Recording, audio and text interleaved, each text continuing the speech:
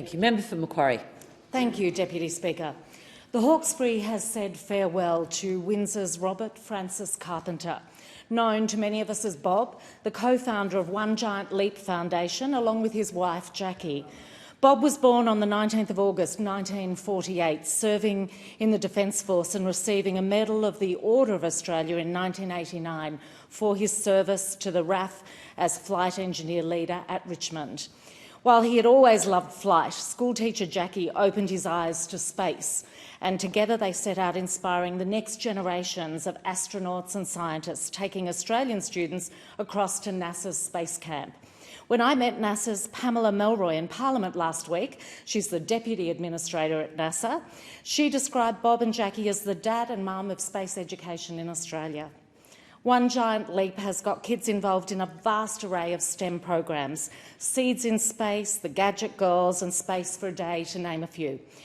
It's one of many legacies of Bob's life, and his influence was evident in the overflowing Riverston Schofields RSL at his funeral, with model aviators, One Giant Leap students and his former RAF mates. Jackie and the team will ensure his work lives on, but he will be dearly missed.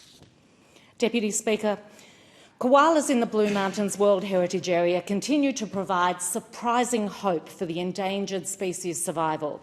Science for Wildlife researcher Dr Kelly Lee says that less than a decade ago, the general view was that there weren't many koalas in the Blue Mountains, and if they were around, they were at low density and not of great significance.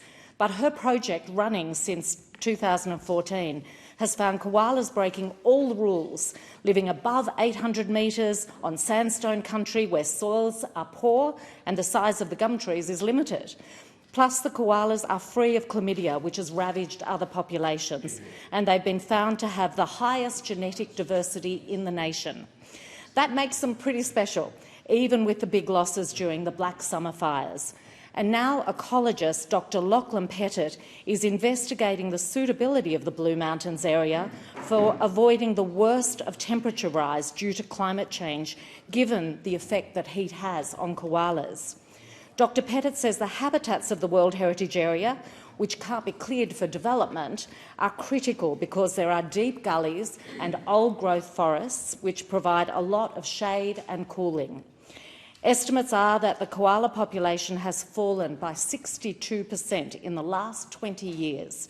So our Blue Mountains is going to be a vital habitat for their survival, and that makes it even more important to ensure the integrity of the Blue Mountains World Heritage Area.